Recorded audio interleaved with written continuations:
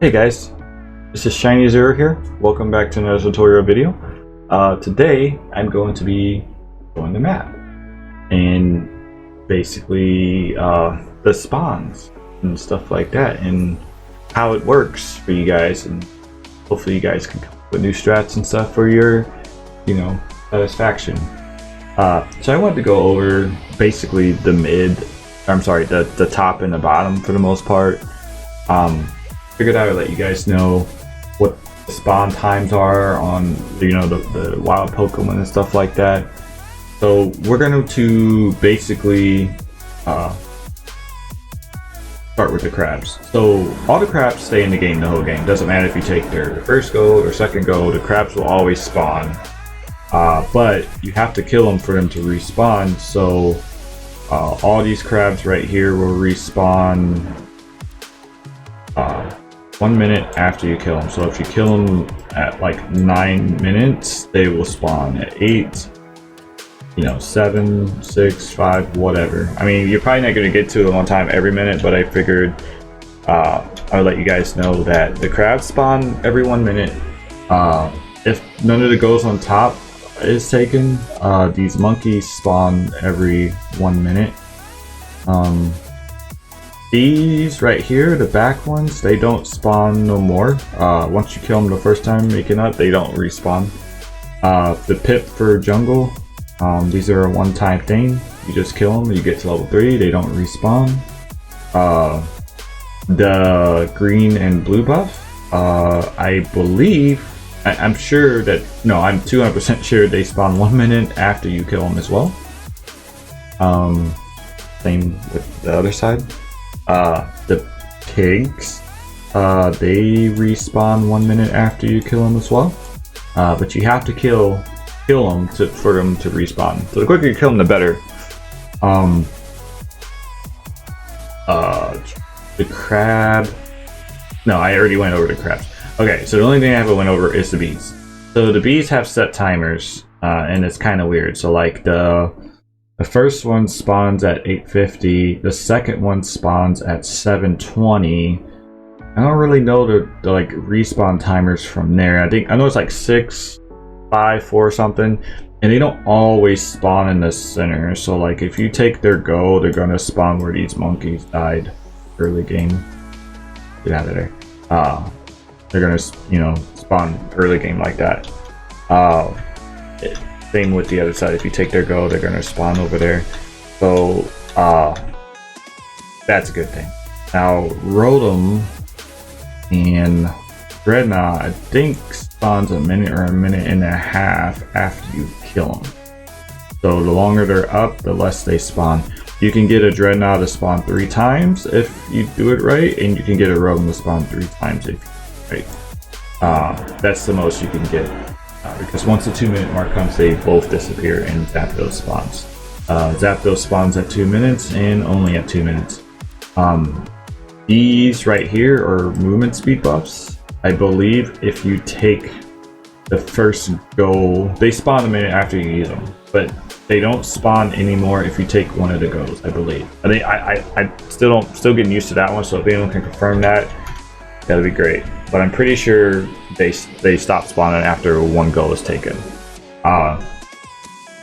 So what I want to go over is if you take the first go on this side and this side, this monkey will stop spawning, this monkey will stop spawning, this monkey will stop spawning, this monkey will stop spawning, and the bees will stop spawning in the middle.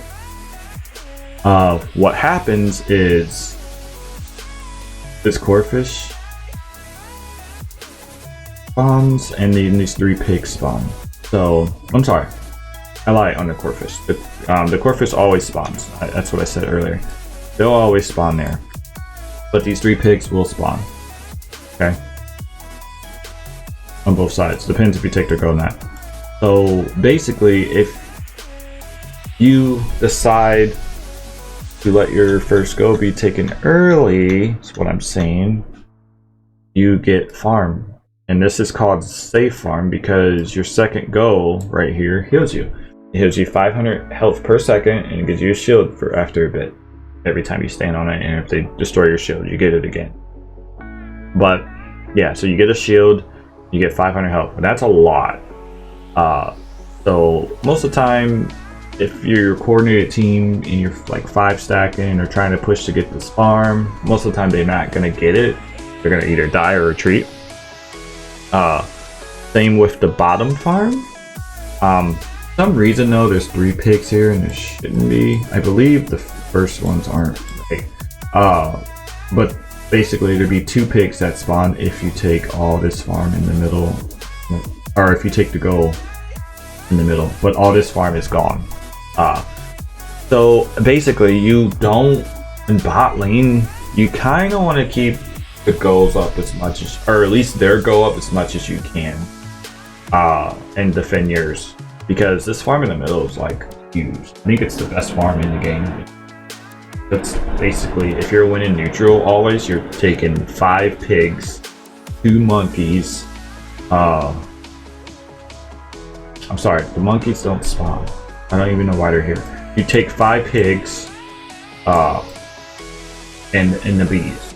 Okay, so you know that's huge, right?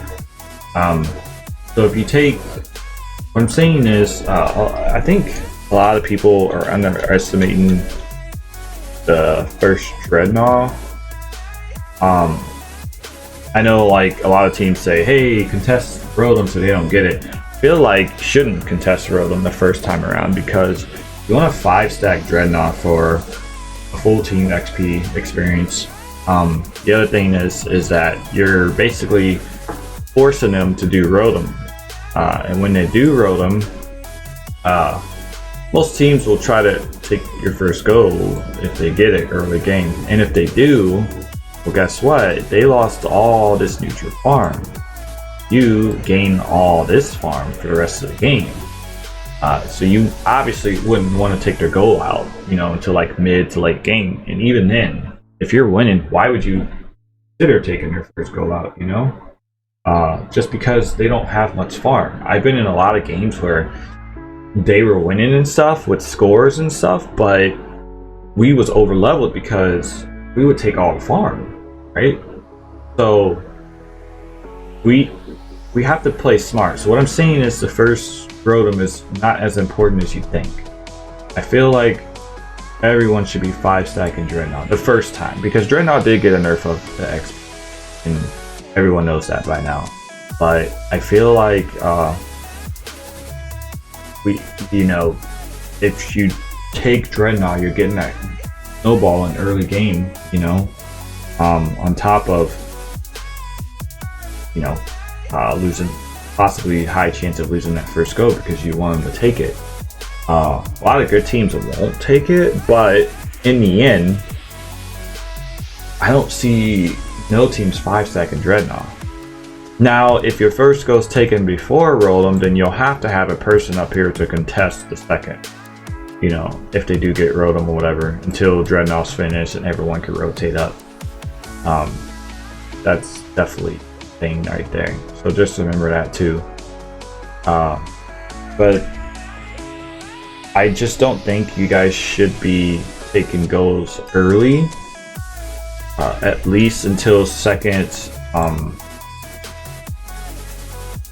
Dreadnought and Rotom spawns. Then yeah, I'd say you can start taking goals, but even in those situations, do you really want to? You're winning neutral, you're winning the Rotom and or the Dreadnought fights, you know, you're taking all XP and stuff. Do you really want to contest neutral or go? Yeah, they got 2 goals on you, but even then, you're gonna overcap the first goal and the second goal at endgame. So it's really, really, like, you gotta think before you take go. Did I take this go? I think bot go is situational first time. You can probably take your bot go first time if you aren't too sure of securing Dreadnought. Because if you take bot go, their berries do lose. You know, they lose their go and they have nowhere to go in here. But for the most part, Dreadnought is probably for sure but it's situational. I prefer keeping the mid farmer alive as long as possible, especially if my team's, because you're going to be taking all this farm the rest of basically most of the games, so they don't get anything other than their mid right here. But hopefully you guys like this video. I'll try to make more tutorial guides. I'm actually trying to find each Pokemon and we make plays for you guys and stuff like that and go from there. Hopefully you liked my video. I will catch you on the next one. Peace.